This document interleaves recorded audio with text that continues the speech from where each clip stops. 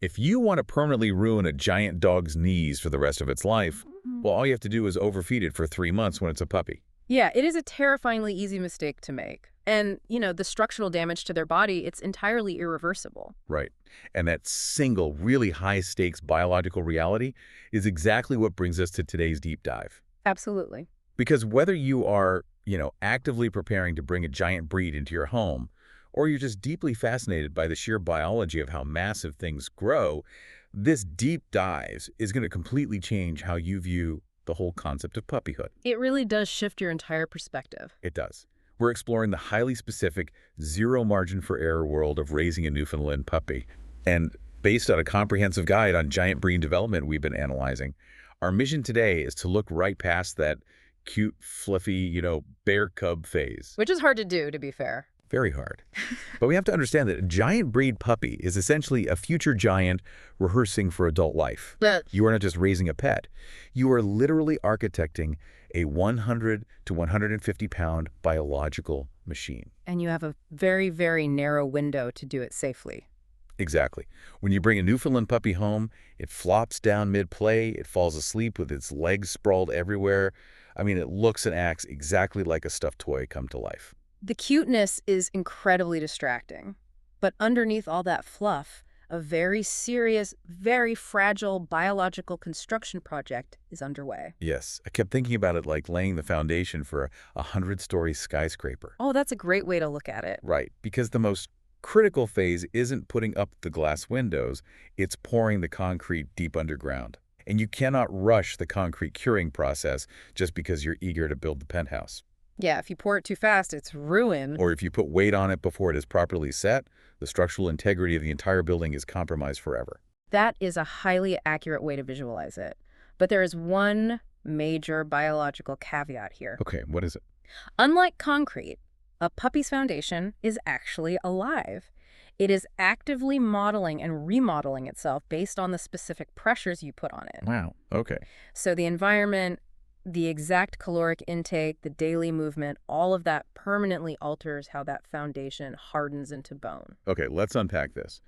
Because right out of the gate, there is a massive collision between human psychology and canine biology. Oh, for sure. When people get a giant breed, they almost root for the puppy to get big fast. They want to see the massive paws, the broad chest. It's a point of pride. Yeah, it's totally a human ego thing. Right. So the human instinct is to feed it more. If a giant puppy is hungry and growing rapidly, shouldn't we feed it to satiation? The way you would a human teenager hitting growth spurt. I mean, it feels entirely counterintuitive to hold back calories from a creature destined to weigh as much as an adult human. Right. It feels mean, honestly. It absolutely feels counterintuitive. But what's fascinating here is the precise mechanism of how giant bones grow and why the food bowl actually dictates long-term skeletal integrity. Walk me through that. So, growing a big body quickly is not the same thing as growing a healthy body. A puppy's bones are not solid when they're young. They aren't. No, the ends of their bones, the growth plates, they're made of soft cartilage.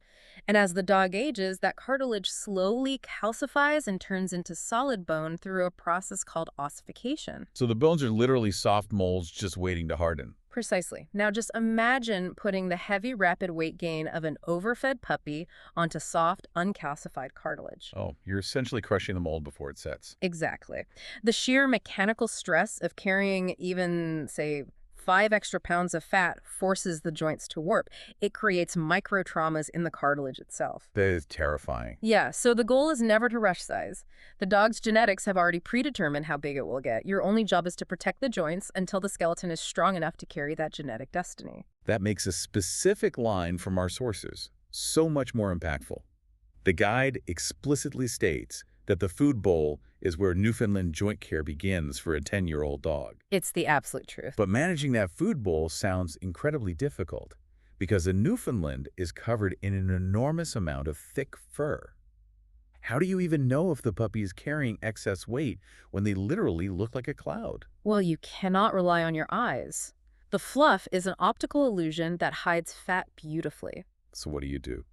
Owners must learn how to physically read the dog's body condition with their hands. You have to get your fingers deep under that double coat to really feel the ribs, feel the waistline, and gauge the muscle mass. I imagine you'd need a vet to show you how to do that right. Oh, absolutely. You do this in constant partnership with a vet.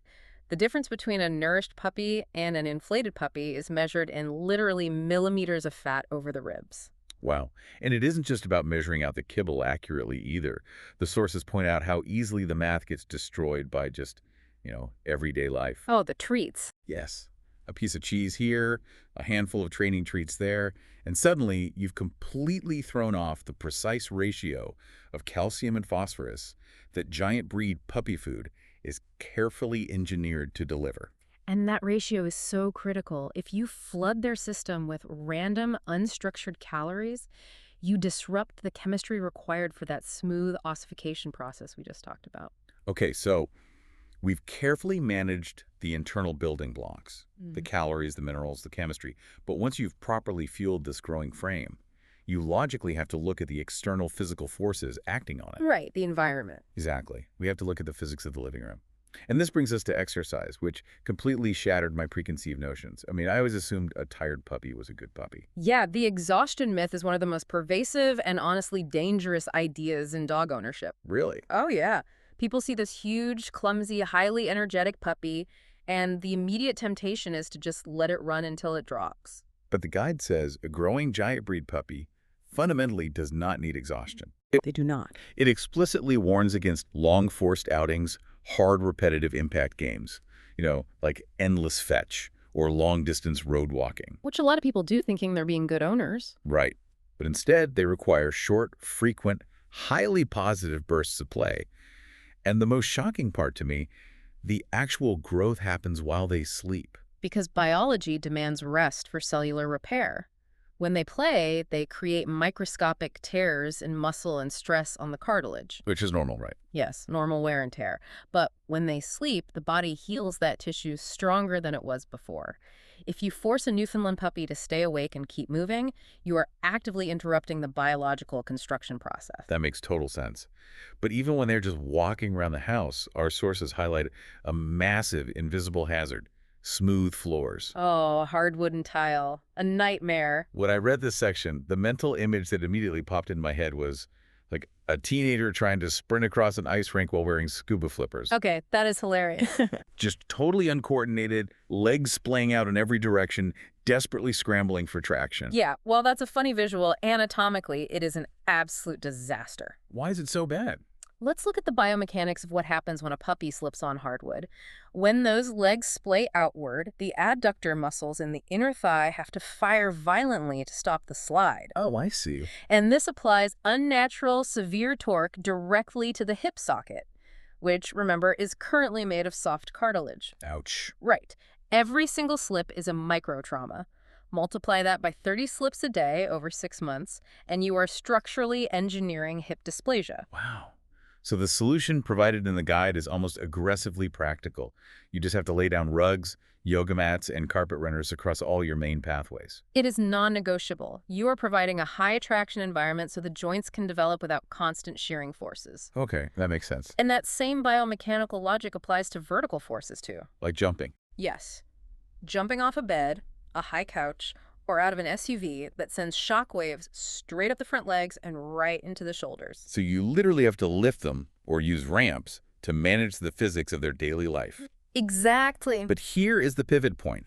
We've bubble wrapped the kitchen to stop the slipping. We've managed the stairs. But the second you open the front door and take this dog outside, you have a totally different physics problem. You really do. How do you protect a rapidly growing skeleton from its own massive momentum when it, spots a squirrel? This is exactly where physical engineering must hand the baton to behavioral engineering. Right. Because a giant body requires an absolute unshakable level of behavioral control. The guide actually refers to leash training and manners as safety skills wrapped in kindness. I love that phrasing. It's an elegant way to reframe obedience. Because think about it, when a 12-week-old Newfoundland pulls on the leash, it's hilarious. Oh, yeah, they're clumsy. You can hold them back with 2 fingers, and it just feels like a game. But if you let that behavior set into their brain, what happens in a year? You have a 140-pound animal pulling, Right. And at that point, it is a severe safety hazard. Exactly. You could dislocate your shoulder, or they could drag you into traffic. I mean, you simply cannot win a contest of physics against a fully grown Newfoundland. Which is why training must establish a partnership long before physical strength becomes the teacher. You reward them for walking near you early on. Yes. You practice stops and turns, and you establish calm behavior when they weigh 40 pounds, so the muscle memory is absolutely flawless when they weigh 140. And it isn't just pulling either. It's the simple act of existing in a space. An untrained giant dog can overwhelm a normal-sized human being just by standing excitedly in a doorway. That's true. They don't have to have an ounce of aggression. Their sheer dense mass is overwhelming. And this perfectly transitions into how we approach socialization. Yeah. Right.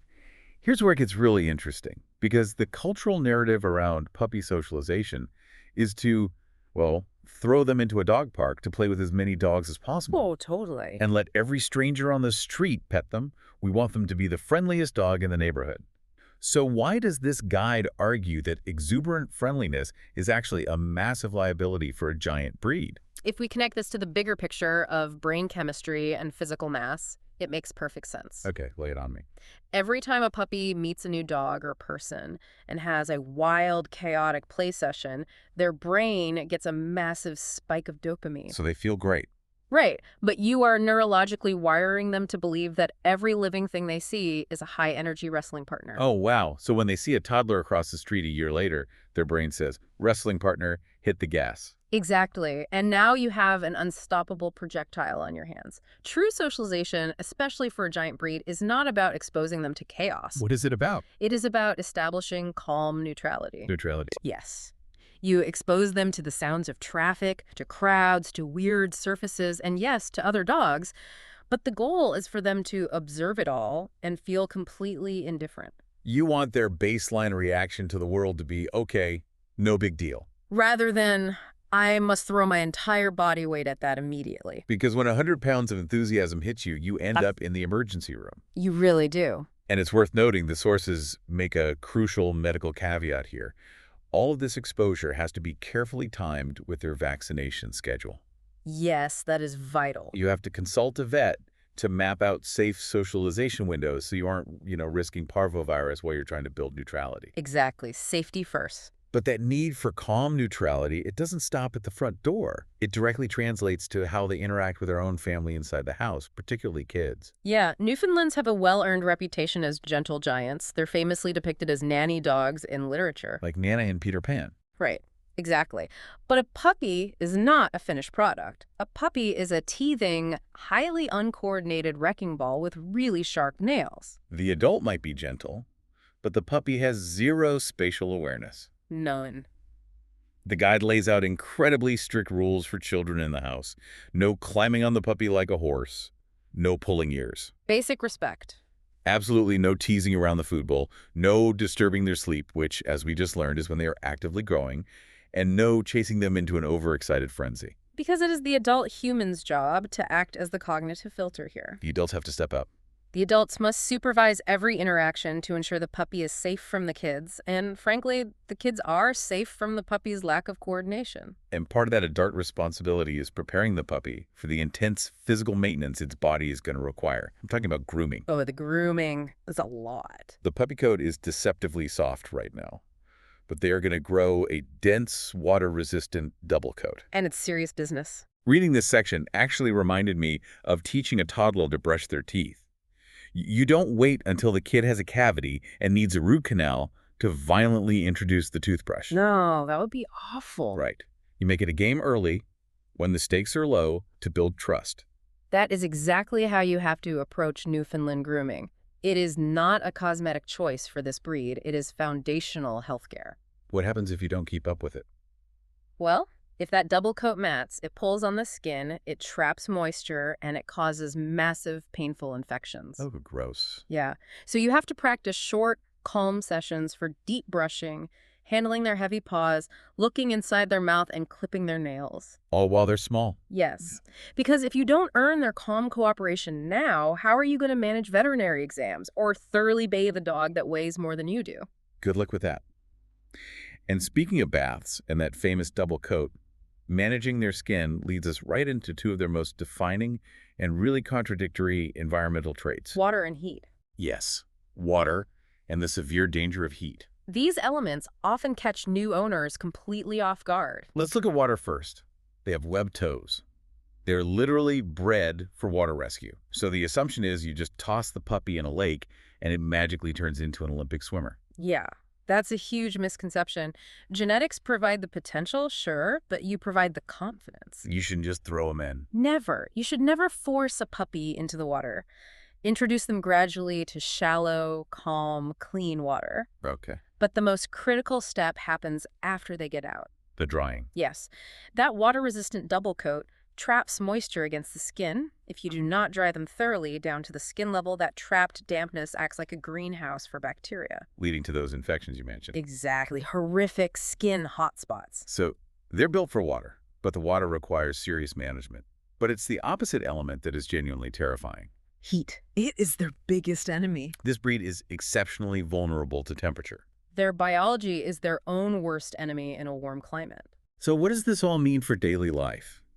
If an owner takes their puppy out for a walk on a beautiful, sunny 75-degree afternoon, the owner's probably in a t-shirt, feeling perfectly comfortable. Is the puppy actually in invisible danger? This raises an important question about thermodynamics, actually. Thermodynamics. Yeah. Humans cool ourselves by sweating. Right, the evaporation cools our blood. Dogs do not sweat. Right, they pant. Exactly. They cool themselves primarily through respiratory evaporation, panting. Now, wrap that dog in a dense black double coat that is genetically designed to keep them alive in the freezing North Atlantic. Oh, man. And then add the metabolic heat generated by a rapidly growing body mass. A pleasant 75-degree sunny day for you is a thermal trap for the dog. Because they just can't get rid of the heat. They simply cannot dissipate the heat fast enough. They are essentially wearing a down parka while running on a treadmill in the sun. The guy's warning signs for heat stroke are severe. Heavy, uncontrolled panting that doesn't ease up even in the shade, thick, ropey drool, sudden weakness in the hind legs, vomiting, or a confused gaze. It happens so fast. And the text is crystal clear. This is a metabolic crisis. It requires immediate, emergency veterinary intervention. It is never, ever a wait-and-see situation. You have to proactively manage the heat before it gets to that point. Exercise only happens in the cool early mornings or late evenings. That's a big lifestyle adjustment. It is. You ensure constant access to deep shade and cold water, and you enforce indoor rest and air conditioning. Also, briefly touching on them being indoors, the guide mentions alone time and the mess. Oh, the drool. Right. Drool ramps up with food and heat, and chewing is normal. They bond so closely, so you really have to teach short, calm alone periods with safe chews so they don't panic when you leave. You really need a sense of humor to raise a mouthy, food-motivated giant. Seriously. But managing all these invisible variables, the heat tolerance, the precise caloric intake to protect the cartilage, the behavioral baselines, it is an overwhelming amount of data. It is. Which brings us to the final piece of the puzzle, your partnership with the vet. Because you can't just guess your way through this. No, you need a data-driven approach. Early and regular vet visits are vital to track the trajectory of their growth, monitor their joint flexibility, and catch dietary issues before they compound. And the sources note that if you bought from a responsible breeder, you bring the family health history. Right. And if it's a rescue, you establish that veterinary baseline on day one. Absolutely. But the real secret weapon the guide pushes is rigorous record keeping. You shouldn't just rely on your memory for this stuff. Definitely not. You need to track their weight over time, their exact food measurements, water intake, stool consistency, and vaccines. The sources explicitly mentioned utilizing organizational tools like an app called VitalPet to centralize all this data. Because a single snapshot at a vet appointment tells you very little. Right. Tracking trends over time reveals the truth. A slight dip in weight gain or a minor shift in gait becomes instantly visible when you have months of recorded data. So you walk into the vet clinic as a project manager presenting data, not an owner offering vague anecdotes. Yeah. You are managing the project files for the skyscraper. You really are. It totally removes the guesswork from the engineering. It gives you control over the process. So, pulling all of these highly specific elements together for you listening, puppyhood, for a giant breed like a Newfoundland, is a shockingly brief, incredibly intense, high-stakes window. Very high stakes. Your mission over those first 24 months isn't just surviving the puddles of drool and the chewed-up table legs. Your mission is successfully constructing a healthy frame that this animal will have to live inside for the rest of its life. It is a profound daily responsibility that basically dictates their future quality of life. It really is. And digging through all this biology leaves me with one final, deeply fascinating thought for you to ponder. Oh, what's that? Well, we just explored how every tiny, seemingly insignificant detail in a giant breed's youth permanently alters their adult body. Right. The microtraumas from slipping on a kitchen floor, or the exact mineral density of their puppy food, altering how their cartilage hardens. It Yeah. makes you wonder how much of human physical ailments in adulthood, Oh, wow. the chronic bad knees, Claw. the unexplained lower back pain we all just accept as normal aging, how much of that is actually the direct structural result of unrecorded, completely forgotten environmental impacts from our own first few years of rapid childhood growth? That is wild. It certainly makes you question how well your own foundation was poured and what invisible forces shaped it. It really does. Yeah. Because biology is universal. You can't rush the concrete no matter how badly you want to see the penthouse. So true. Thanks for joining us on this deep dive. We'll catch you next time.